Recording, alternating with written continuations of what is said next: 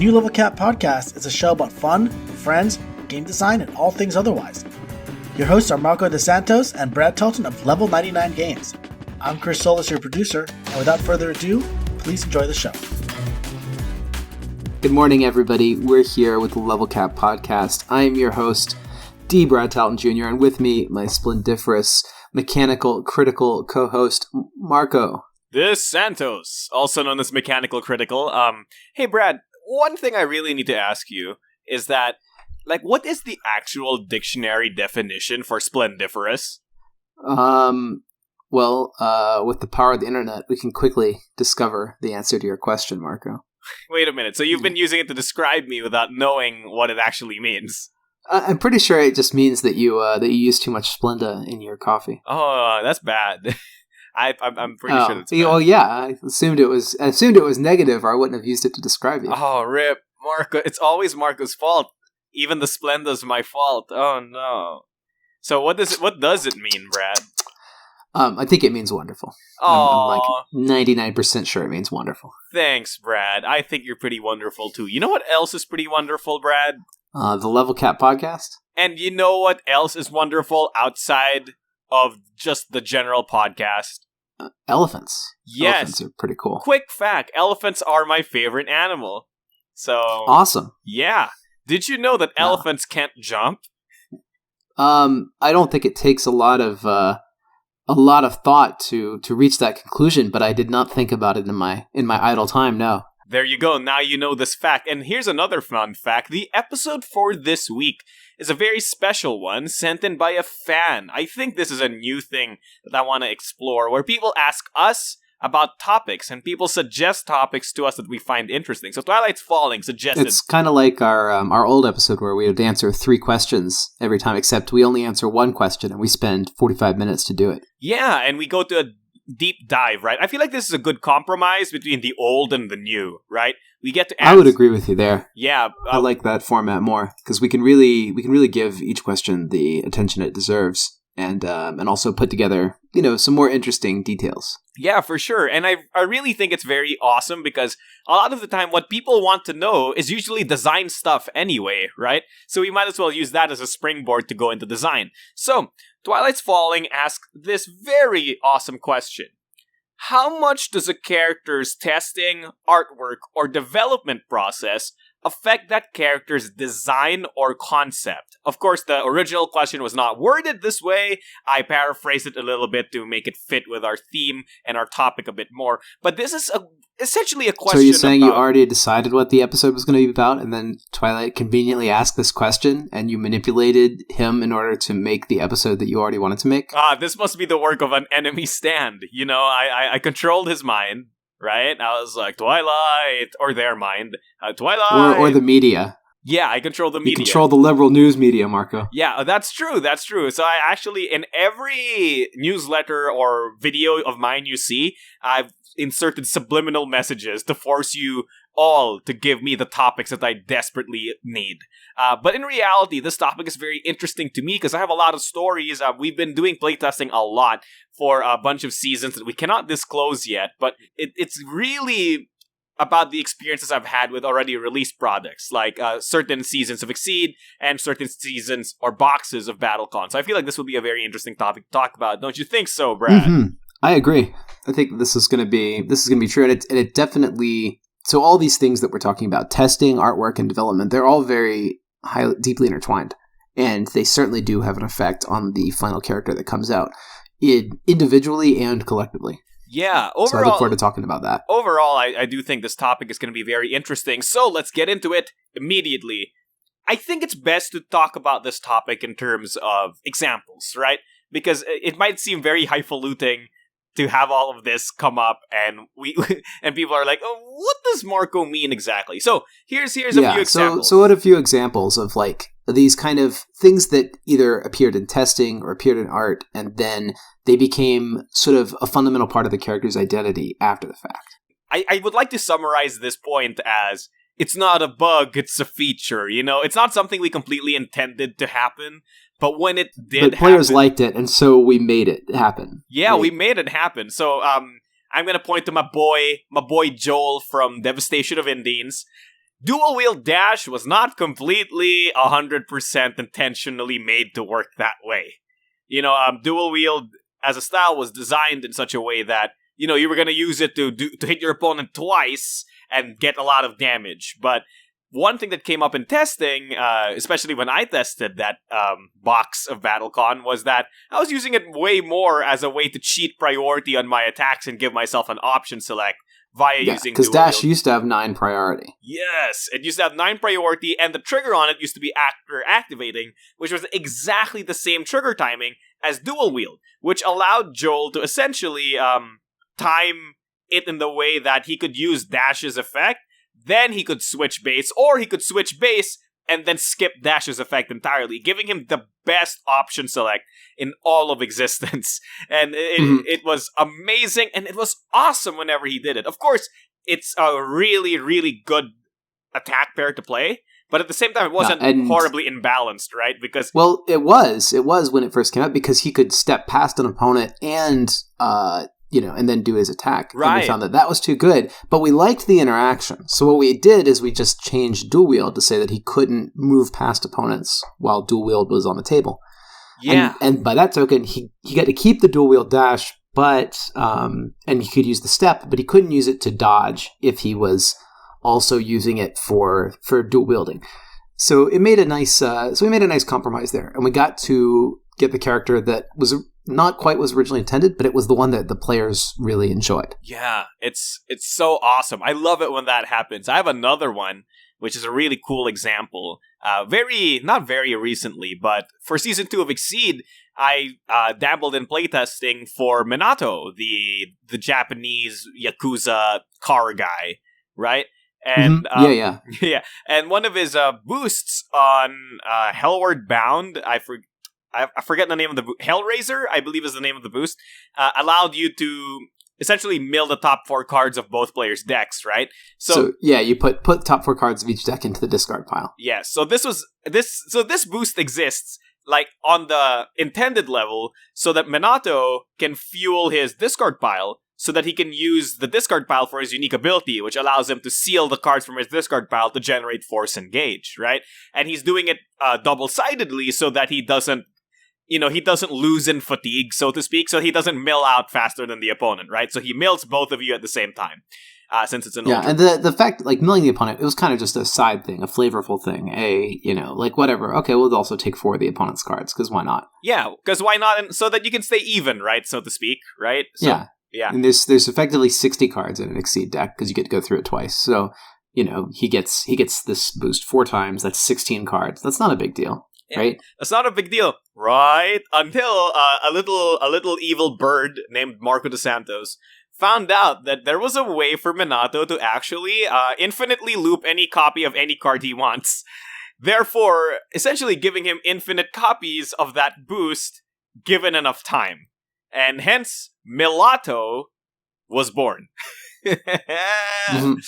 The given enough time part, I think, is the real critical thing, because as long as we don't make his reshuffle too easy, he can, it still stays pretty balanced. And you can play Minato to mill.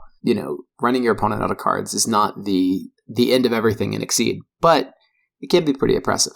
Yeah, it's a pretty powerful strategy, and honestly, it's not a strategy that will win you the game often. You know what I mean? Like it's not like the ideal Minato strategy. If you're not sealing cards selectively to fuel the bus stop boost so that you can EX all of your attacks, then you're not going to win any tournaments like that. But the mill, it just gives a different flavor to his playstyle, right? If your opponent is just way better at striking than you are at those ranges, then you at least have something to do that can further your game plan. Because if you mill your opponent... Or if they're playing a really dedicated change cards character, say like Guile, for example, you can make them think twice about some of those moves. So it does open up some new play space, especially in new matchups. Yes. And really the big story here is when I found out that you could rotate or infinitely loop this combo, I told the lead playtester at that time, Daniel, I was like, Daniel, here's a bug that Minato can infinitely loop any card he wants and therefore can infinitely mill the opponent as long as he wants. And then Daniel looked at that and said, we're keeping it. And instead of removing this quote-unquote bug, Minato now actually has some support for it. So the boost on cab stand used to actually be different. I forgot the original boost for it, but now it essentially exists to help Minato mill opponents, right? Because now, as long as that cab stand boost is in play, number one, Minato doesn't have to draw from his deck, which means he can never mill himself, and then he can also take cards from his sealed area, essentially expediting the loop that you have to do in order to infinitely loop cards. So, in the end, that strategy was actually supported, and I feel very awesome about that. I found this awesome combo, and then the lead playtesters go, yeah, let's keep it. And isn't that a great moment, Brad? It's cool. And those are just two stories from your playtesting experience. But there are infinitely more from other things that we've done in playtesting. So it's something it's a story that I think any of our playtesters could tell. And they're all quite different. But it's not the only thing. The things that come up in development. There's a lot more to the whole development of a character. And artwork also comes in quite a lot. Ooh. And I have a few stories where we, and this is especially true in, say, Millennium Blades, where I will come up with a card, and then I'll tell Fabio kind of like what idea I had, and he'll draw something that is, not quite exactly what we had in mind, or even just completely a different interpretation of what I had mentioned. Okay. And then we have to change the effect on the card to match the artwork. Okay. Can you name any specific instance, or has this happened many times that you can't remember? I mean, it's happened fairly often. I'm thinking of a moment specifically in the new Exceed season where we had an attack, and the attack was a non-combat attack. It's just like this guy like leaps through the air. It's a jump. It's like a high jump. Okay. And it was kind of a dodge move. But Fabio drew it, and the character is like flying forward, cutting somebody in half. and we're like, oh, well, we didn't really tell him that it was a non-combat attack. So I guess that's going to happen. We'll probably have to change that so it does some damage now. And so, because it's too expensive to redo the artwork. The card text is cheap. Yeah, and I think that's very interesting, right? Especially when we're coming from the angle of Exceed. So one thing I also wanted to ask you about, Brad, was when we're doing Exceed and there's already pre-baked artwork, right? So for example, Street Fighter, right? We didn't make the art for that, so we don't have as much freedom on what the characters can do. So for example, we wanted one of Ryu's moves to be his overhead punch thing. The overhead punch thing he does. But there's no art for it, right? Right. So. And in how fact, do you we had to handle stretch that? pretty far to get all of the arts. So eventually, we had to change that move and make it the 1-inch punch.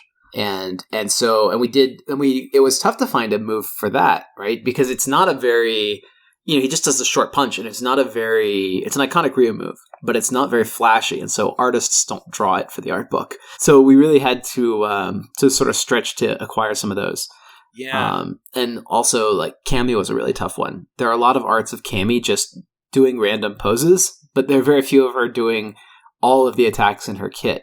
And so we had to use a couple of the stock arts and be real creative with what we called them and what we used. So that's just part of the game, I think, of designing the characters. And, if a character doesn't have a projectile in their visuals, then we just have to work within what we got.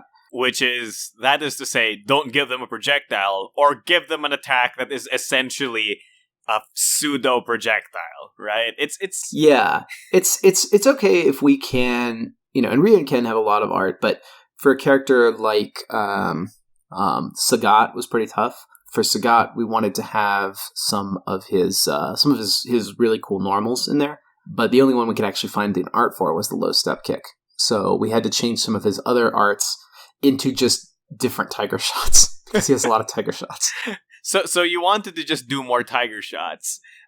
Well, we didn't want to do more tiger shots. We wanted to do some of his like step in normals. Ah, okay. But he doesn't have a lot of pictures. Yeah, there weren't a lot of pictures of him in the Udon comics doing just normals. There were pictures of him throwing tiger shots. So that's why he has 3 different tiger shots in his kit. I love it. 3 different tiger shots. I think some of the harder characters would probably be something like Dan, right? Like, is there like... Dan was pretty tough. Yeah. Dan was pretty tough. And you can see we stretched a little bit on some of the Dan pictures.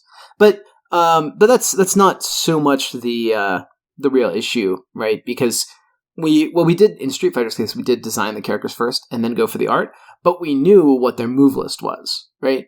Like, we played the games, so we knew kind of like, this is what they're going to do. And sure enough, when they show up in the comic books, that's what they're doing. And so it's not that tough, but it is something that we have to think about. Yeah, I mean, I assume like for something like something that's already a fighting game, right? This is not as big of a problem, right? Like, if you played the fighting game with Ryu in it, you want one of his cards to be Hadouken. Of course, there's art of him doing Hadouken, right? But it might be really tough, for example, if we ever venture into something along the lines of like an Exceed season for an anime, right? And you get to it could get tough, especially because a lot of the minor characters don't fight as much as the main characters do. And not just that, right? But like, so sometimes there's just like a character in the anime that exists, but like, and they're a major character, right? But they only really do one thing. You know what I mean? And it's like, how do we fill up a kit with 7 unique attacks if all this character ever does is like one punch, right? Like if you had to make Saitama as an Exceed character, like what the heck do you put, right? Like yeah. And that becomes a restriction that really affects development. We've had this discussion several times in the Exceed developers chat. Really? Talking about what specifically Saitama, what we do for One Punch Man, because not only you only have one attack, which is the punch, but you also it also defeats the enemy instantly. Yes. Right? So you have to. It's a strange thing. Why don't we head into the break and we can talk about some of the benefits and pitfalls of these little things that come up in development. Sure, Brad. Let's take a little break, and hopefully by then we have all refreshed our creative juices so that we become conducive to the creativity of emergence. I don't know. Go to the break. Conducive. I like it. Go to the break.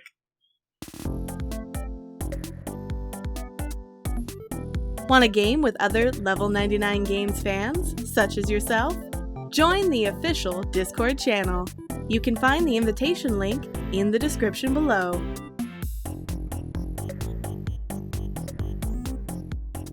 And welcome back from the break, my mystical traveler on this mystical journey that is development.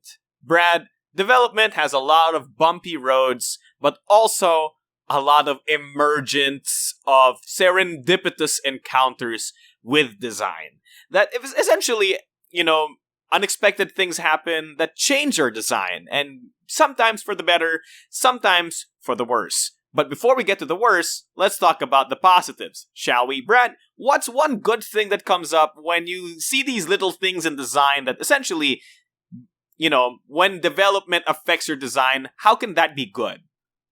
Well, I think that perhaps the most important thing is that we do discover new things when we bring in other people to try out these designs and they break them in unexpected ways. I think that's the best because we really get something unique and something cool that hasn't been seen before. And I think that the creativity that the playtesters bring to the design of the game really can't be overstated. Oh yeah, that's true. I mean, a lot of playtesters often get apprehensive about saying, oh, this thing doesn't feel right, or oh, that thing doesn't feel right. But I believe that's a very crucial part of the playtesting process, right? So that, things feel cohesive, clean. I think this is a big benefit as well, where when people come in and they're able to give their own opinions, the kit or the character or the design becomes way more, hammered down, way more consistent, way more clean, way more cohesive, in a sense, right? Like, when there's a certain sense of ownership too when you discover a new way to play a character and then the team makes that adds support for it and makes it a real part of their strategy or a real option for their strategy. That it's a really cool feeling. And like I said, I think that a lot of our testers have stories like that, and it's really that's the joy of testing, is finding something new and making it stick. making it stick. Oh, that's like the best, right? Because you can just always Mhm. point to it and go, that exists because of me. And that's Yeah. awesome, right? Honestly, I feel like a lot of people tend to look at testing for balance, but a lot of people tend to fail to acknowledge the fact that a lot of testing is actually about hammering down the design. So recently, we've been doing a lot of Exceed characters for this unnamed season that I will not name.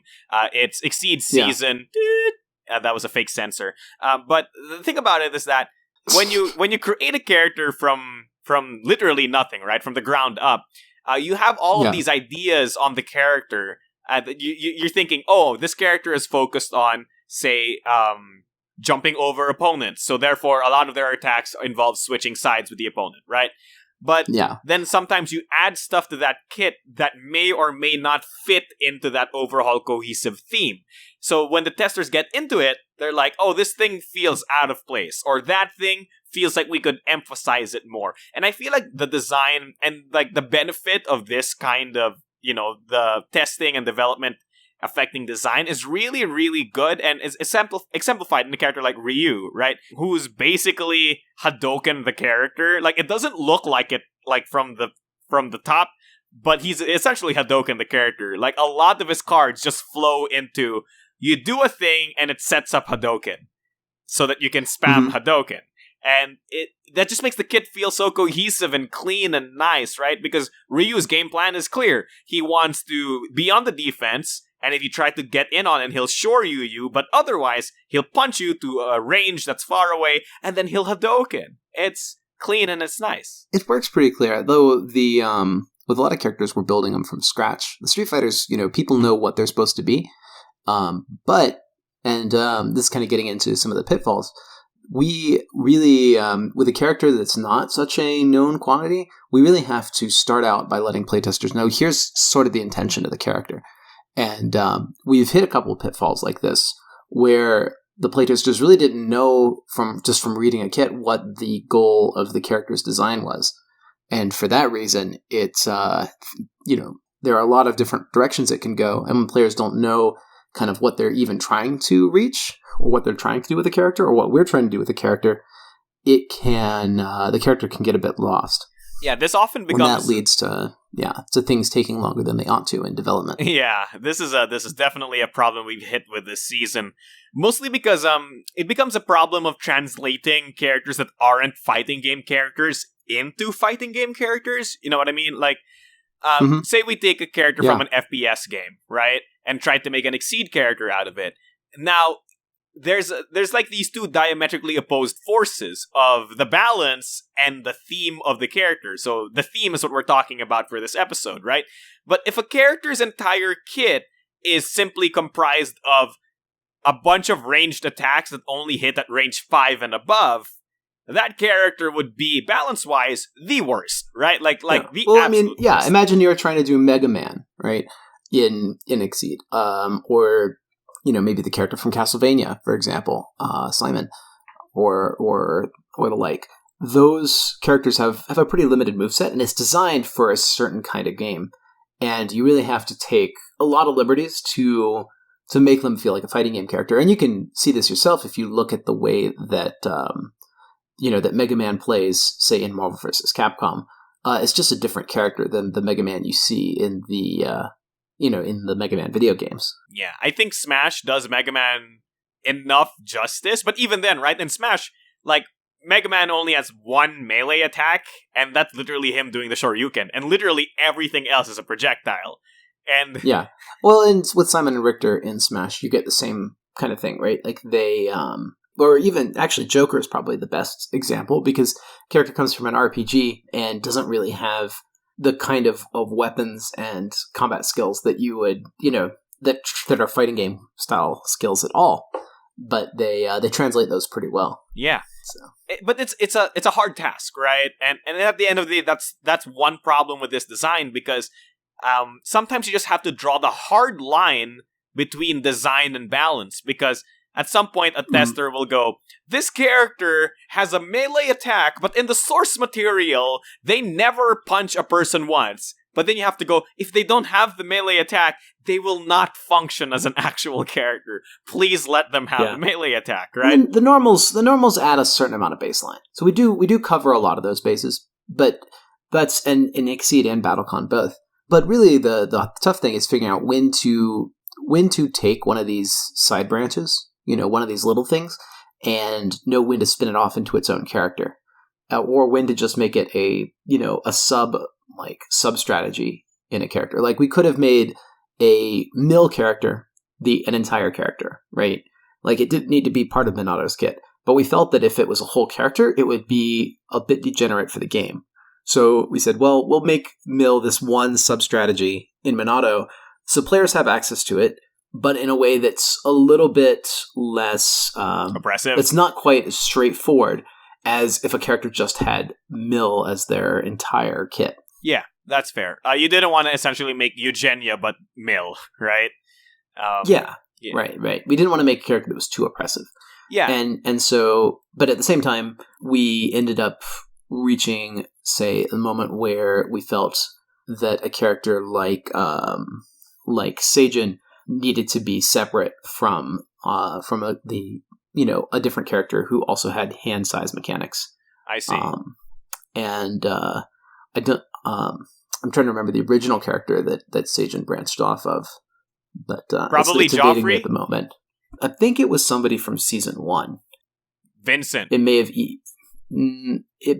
been Vincent, or even Natalia. I'm not sure, but that design for a character that gets a lot of cards, grew out of another character, and then we said, this is just too much. We'll just make it somebody separate, and build the entire character around it. Yeah, and I think that also translates to a certain pitfall that we have in design, in the sense that in this modeling of it, right, sometimes we focus a lot on trying to model what the character is, and that we kind of lose sight of things, right? So, like, again, I guess it falls back onto, if we had the COD or Call of Duty character in Exceed, we can't just have that character have 7 guns as all of their specials, because they need to do stuff other than throw Hadokens, right? And trying to model that is essentially a problem. And sometimes you have to just concede that, hey, maybe we need to not have this character be 7 Hadokens on a stick. Yeah, or have things work just a little bit differently. Your shotguns are melee instead of medium range, for example. Yeah, you have to suspend that disbelief, so to speak. Yeah. Yeah. But that's the kind of thing that exists in the system. And we talked a lot about Exceed, but like I was saying, this happens in Millennium Blades, this happens in BattleCon, it's happened in other games that we've done as well. So it really can affect anything. And honestly, I really think that it's more positive than anything. When playtesters come in and add something to the game through the strategies they discover, that is when a game really starts to take on a life of its own. And then that's more exciting for me. When I design something, I already know all of the things, and I know all the strategies that I intended to exist in the game. It's when players discover something new that it gets to be real interesting. Yeah. Right? That's when things start to get really fun. And I feel like that's, like, that emergence is probably, like, the best thing that comes out of testing, right? Like balance aside. Well, balance is pretty good. Yeah, balance aside, like the emergence of new strategies and balance are probably, like, the 2 most awesome things that you want to come out of testing ever. Because, like, quite honestly, again, as a Johnny player, I just love doing janky stuff, okay? And it's, like, the best to do a thing with a character that you never see coming. Like, how did you feel when we told you about hand guile, right? Yeah, like, that was a real surprise. So for the listeners who don't know, hand guile is when the guile player exceeds and uses guile's exceed UA to change cards 20 and have their entire deck in their hand and continuously strike. It's the most wild thing ever. But yeah, like, stuff like that, it's unexplored. You didn't expect it to happen, but it's there and people found it. It's great. Brad, do you have any other stories you want to impart onto us before we end this wonderful episode of answering this question? Honestly, I think that you guys have covered pretty much all the stuff. There's a lot of great stories in the Millennium Blades art book. If you want to research those further, you can find out about how some of the really wacky artworks came to be and the stories behind those. Yep. But I think that I'm about ready to wrap it up and get on to designing even more stuff. All right. So, well, let's call it. Let's call it. So, thank you so much for listening to this episode of the New Level Cap podcast. If you are one of our testers and you have an amazing story you want to share, do so by putting it in the comment section down below. And if you're a listener and you want to learn something about Level 99 Games development, whether it's for a specific game or just design and development in general, do not hesitate to put that question in the comment section down below, and we will look for a nice topic for next week. Without much else to say, I have been your host, Marco DeSantos, also known as the Development Emergence Boy, and with me has been my awesome, balanced, and emergent co-host, Brad Talton. Thank you guys for listening, and as always, don't forget your Switch style. Oh gosh, it's true, it's a Switch style now. And thank you, World of Indians. Thank you, and good night. Happy gaming. The New Level Cap podcast is produced by Level 99 Games. Join us next Wednesday for more design talk and shenanigans. Thank you for listening.